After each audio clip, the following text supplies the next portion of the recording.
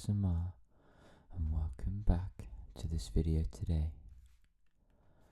This is my first video that I am making at the request of someone, and today I'm going to be talking about how to read, some history, and a little bit about the bass clef.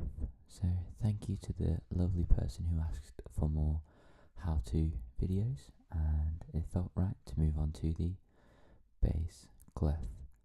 If you are interested in some more music theory ASMR, please do let me know, because I would love to make some more videos like this one, and also the treble clef video that is already up on my channel.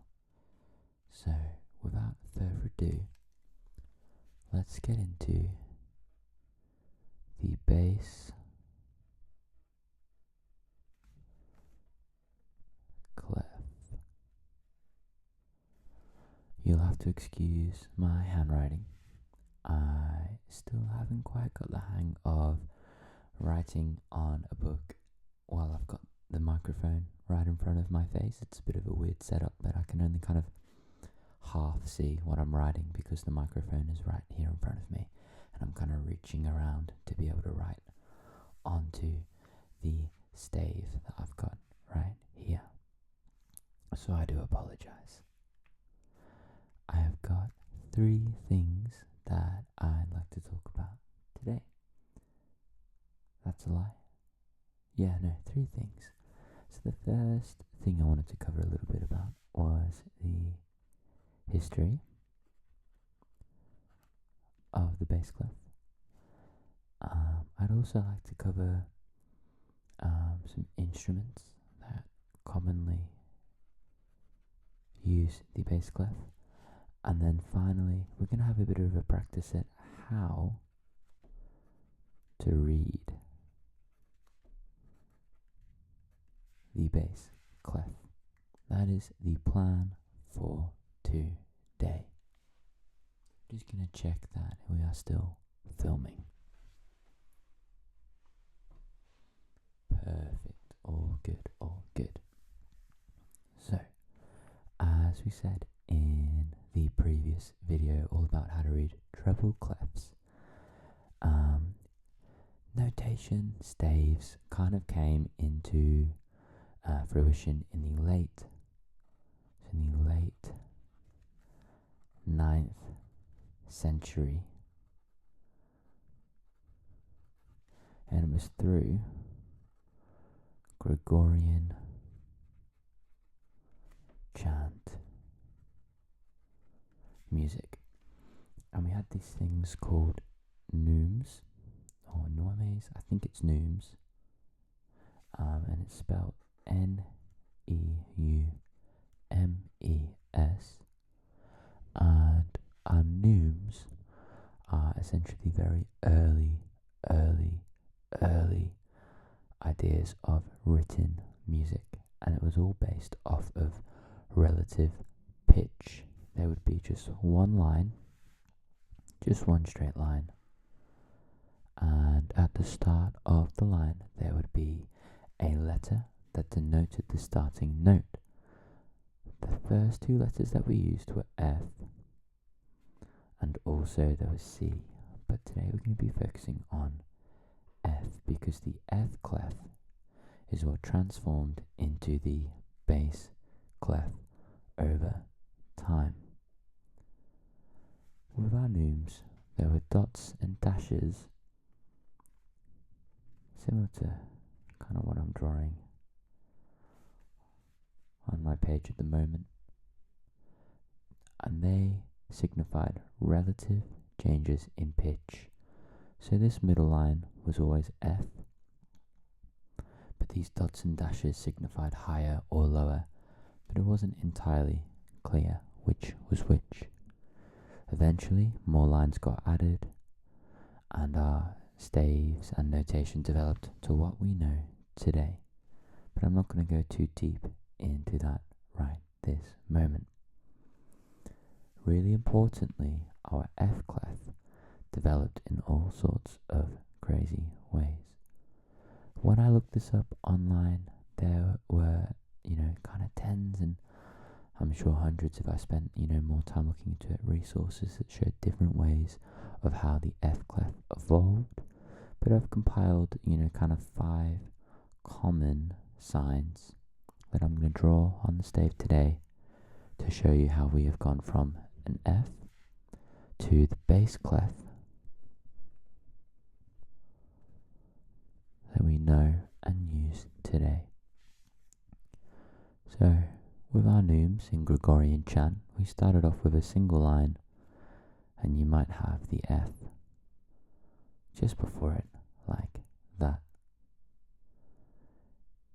We then changed, and it became very important that the middle line was in between the 2 prongs on the F, not the middle line, sorry, the line where the F was in between the 2 prongs, and we had an F that looked kind of like this. It was like a flick, and it was kind of thicker, and then it flicked out, and that was maybe a bit thicker,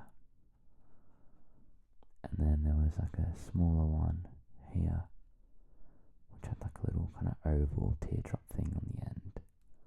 So it was still very much recognizably an F, but I kind of think these flicks look a bit reminiscent to maybe a semi-quaver of sorts. And importantly, the F, which is this second line from the top, is in between the 2 arms that come out. The next development we had was the prongs kind of disappeared, and we just had this kind of semicircle, and we had 2 dots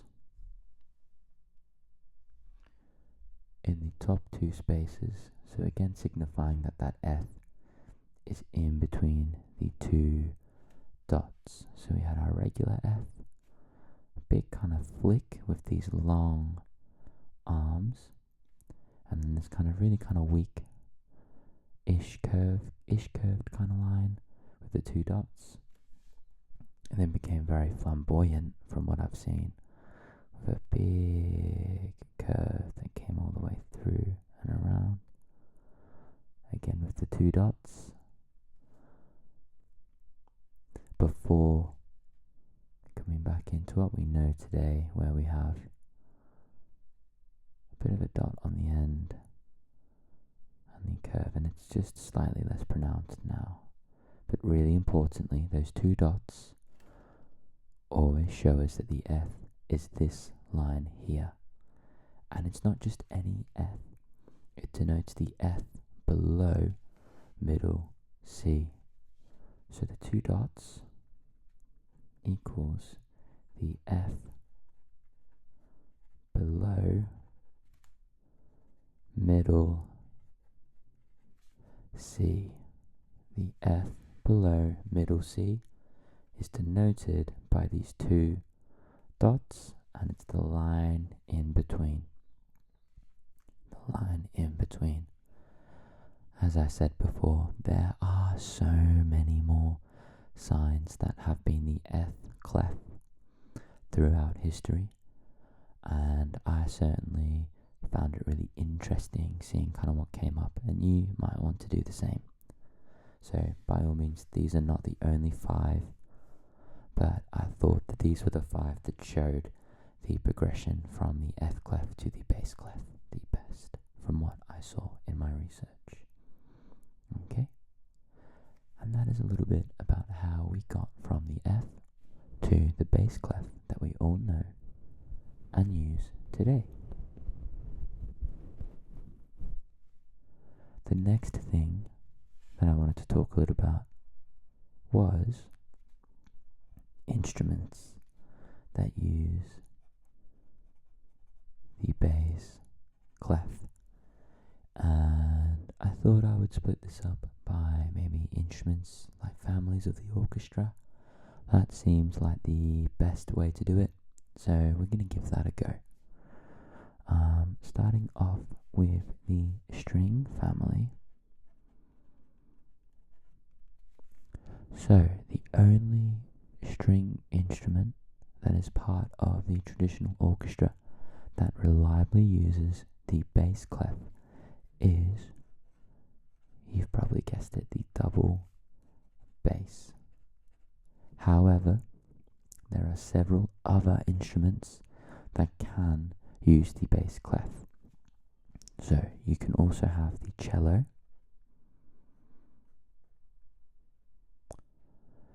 so although most cello music can be in treble clef, you also do get some cello music in bass clef. I learned cello when I was really quite young through school, and I think we used bass clef, but that was a good kind of nearly 20 years ago, so I'm not 100% sure. Other instruments that are strung that use the bass clef include the bass guitar, and I'm sure there are probably others, but I'm going to move on from there. In the brass family, we'll do it over here. The following instruments use the bass clef. We have the tuba, the trombone,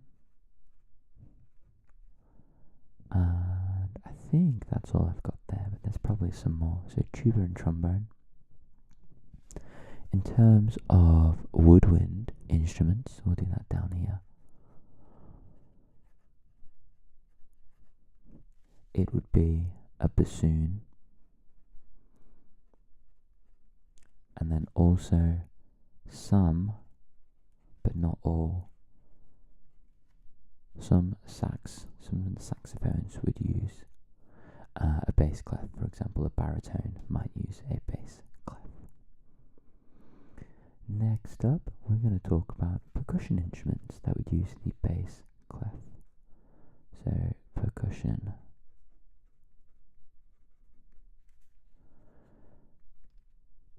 First and foremost, perhaps most obviously, so timpani would be signified on the bass clef, and then also pianists, so piano or keyboard players, will use the bass clef, especially for their left hand keys or in lower down tracks that they might have to play. So if we recap that, in the strings we would have the double bass in the cello, and then also the bass guitar. Brass instruments, we have the tuba and the trombone. In the woodwind family, we have the bassoon and some saxophones, and in percussion we would have timpani and piano. We must also remember vocalists. So in terms of vocals, our bass clef can be read by baritone and also bass singers. So baritone and bass singers would read the treble clef. I think now we best move on to the part of this video that is most educational, probably the most useful knowledge part for yourselves, and that is how to actually read the bass clef, how to read the bass clef.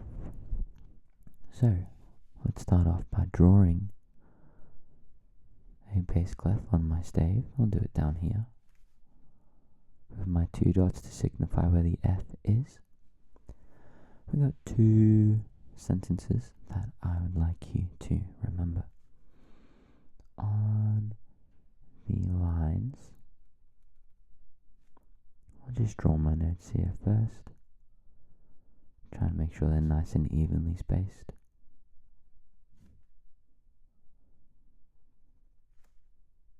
I would always say that good burritos don't fall apart. So good burritos don't fall apart. Good burritos don't fall apart. Other rhymes that might work better for you, rhymes over sentences that might work better for you, include maybe green buses drive fast always. And I had one, it was like, gee Bob, don't fall again. And I think there was like a 6-year-old that came up with that or something. I'm not sure. So good burritos don't fall apart is what I would always kind of stay with. Okay. The next thing that we need to know, and I'll do another clef here, just it's good to practice.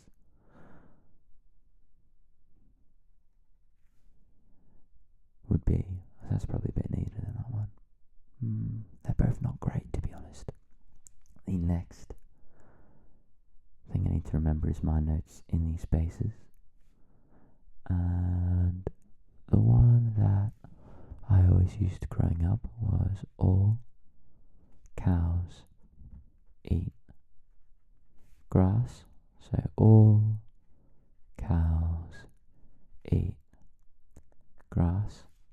However, one that I heard recently, one that I came across that I believe would be particularly popular for people in the northeast of England is anyone can eat Greggs. And if you're not sure what Greggs is, it is a extremely popular bakery chain in the UK, but it comes from Newcastle, and there is just a phase. No, it's not a phase because there's longevity to it. It's just a craze, an obsession about Greggs in Newcastle, and you can even go into shops and buy Greggs merchandise. And they do some really good sausage rolls and steak bakes and all that kind of stuff. So anyone can eat Greggs is a good way to remember it as well. So let's have a test here. We got good burritos don't fall apart, and then also all cows eat grass, and that's how we're going to remember how to read the bass clef. So let's have a bit of a test. I'm going to write out some random notes down here, and I just want you to have a guess and see if you can figure out what these different notes are. We'll do some random ones on the lines first.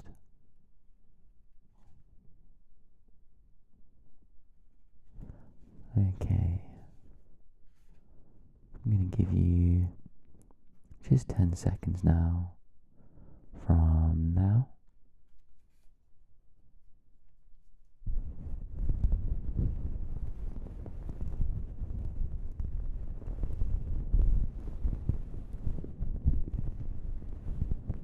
Okay, let's see, have you got it? So our first note, we use our rhyme. We've got good burritos don't. Good burritos don't fall apart. Good burritos. And good burritos don't fall. D, A, B, and F. Well done if you got those right. Let's have a go now.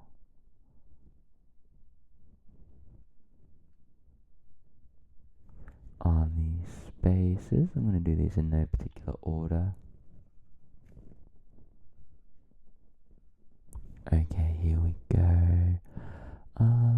Let's go. So we got anyone can eat.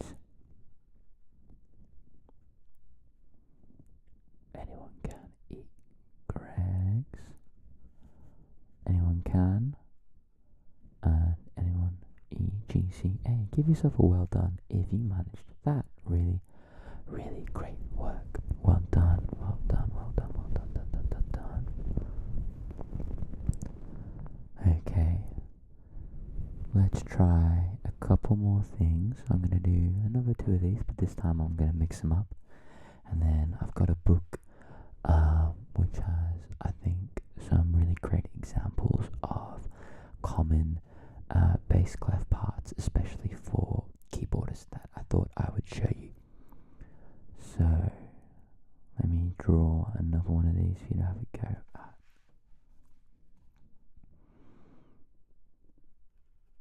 I'm going to do it 8 notes long this time. I'm not really thinking about where I'm placing these notes, I'm just going in random places. 1, 2, 3, 4, 5, 6, 7, and do one up here, 8. So there's some tricky ones here.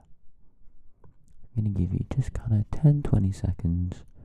See if you can have a figure out of what these notes are. Off you go.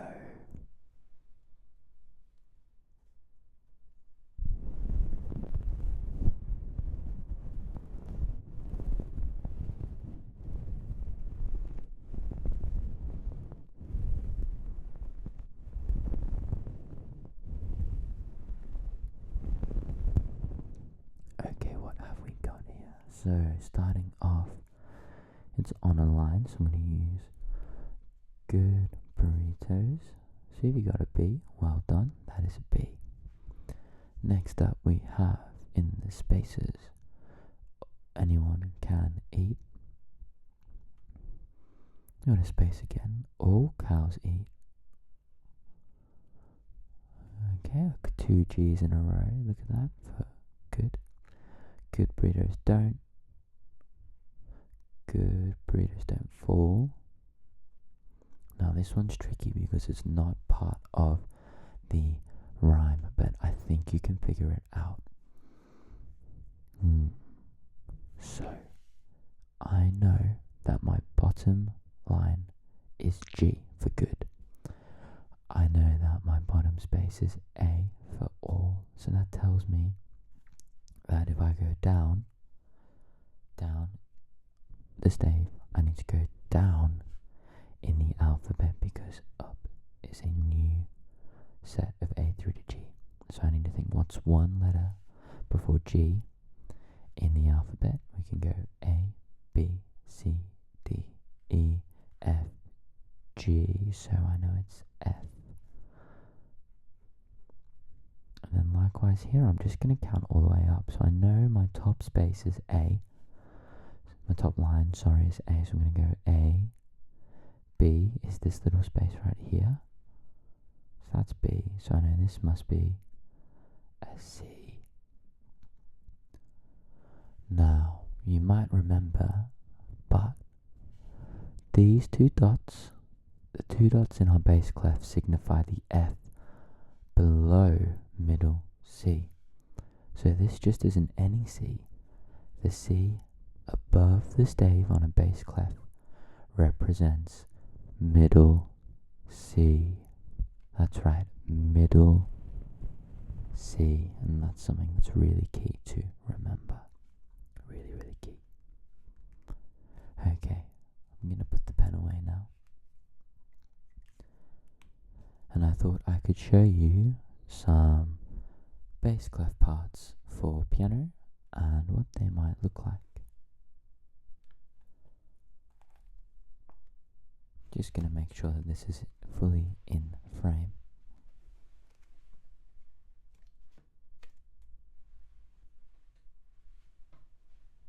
Perfect. So this is probably one of my favorite books, and you can tell because the edges are all frayed and there's kind of rips. It's been well used. This book kind of helped me move away from doing my grades on piano and just starting to find pieces to play because I wanted to play them. So kind of a bit of a door unlocker, and I still like going back to some of the pieces in this book. If you are someone who is playing or learning piano and you're trying to, find a way to learn to love it, I'd highly recommend starting with this book because it's got some pieces of kind of all different kind of difficulties. Definitely some hard, some easy, and just really accessible, and you can play stuff that sounds nice straight away. So the first piece I wanted to show you, let me make sure I get the right page, was Berlin song, so 67. Did I say that wrong? 76. Okay, let's see if we can find it. Berlin song. I'm just going to make sure we're fully in frame here.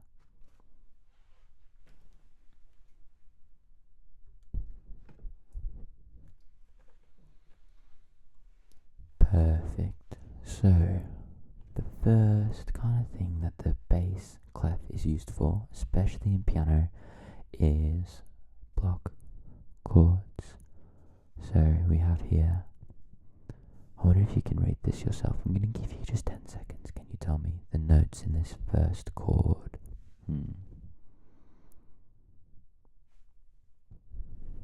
Think. Good burritos don't fall apart, and all cows eat grass.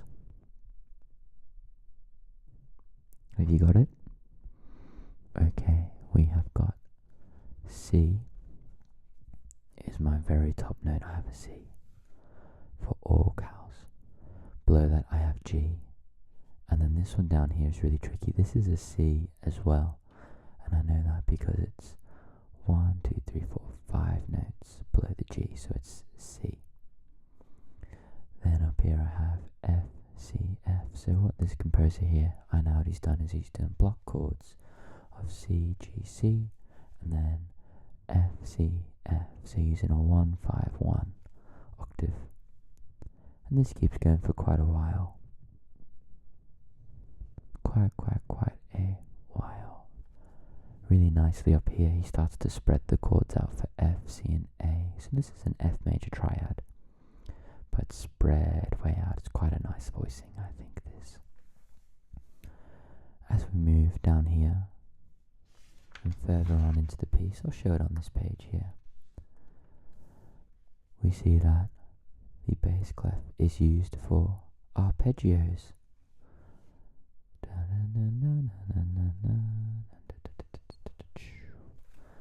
So let's have a go. Can you read the notes in? Oh, we'll go for this one where it says Poco Dim. I'll give you kind of 10 seconds. What notes have we got here?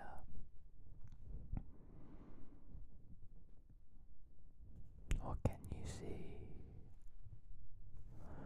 So starting off, I've got all cows. So I've got C, all cows eat grass, G, C, G.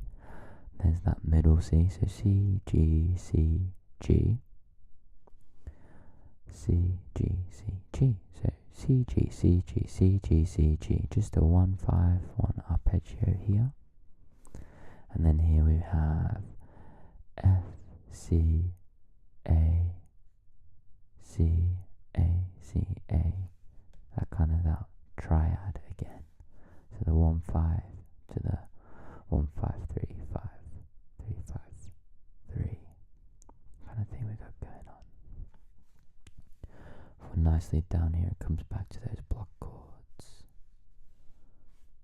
which is really quite nice. Okay, I think I'm gonna start to call it there. I really hope you've enjoyed, and maybe you've even learned something about the bass clef. So, just as a quick recap, we started clefs in the late 9th century in Gregorian chant with our neumes. The F clef signified that the middle line was an F, and we used dashes and dots to signify relative pitch. Our F clef developed over time, and there are many signs that were used as an F clef, but I thought that these 5 showed the transition quite nicely. Really importantly, the 2 dots in the spaces signify that the line in between is the F below middle C. There are many different instruments that use the bass clef, including the double bass, the tuba, and the piano. to name just a few. We can remember how to read our bass clef using the following sentences. For the lines, I would say good burritos don't fall apart. And in the spaces, anyone can eat Greg's, or all cows eat grass. I really do hope you've enjoyed this video, and by now you may even be fast asleep. Thank you so much for watching. Have a wonderful rest of your day, evening, morning, whatever it may be. And I will see you next time.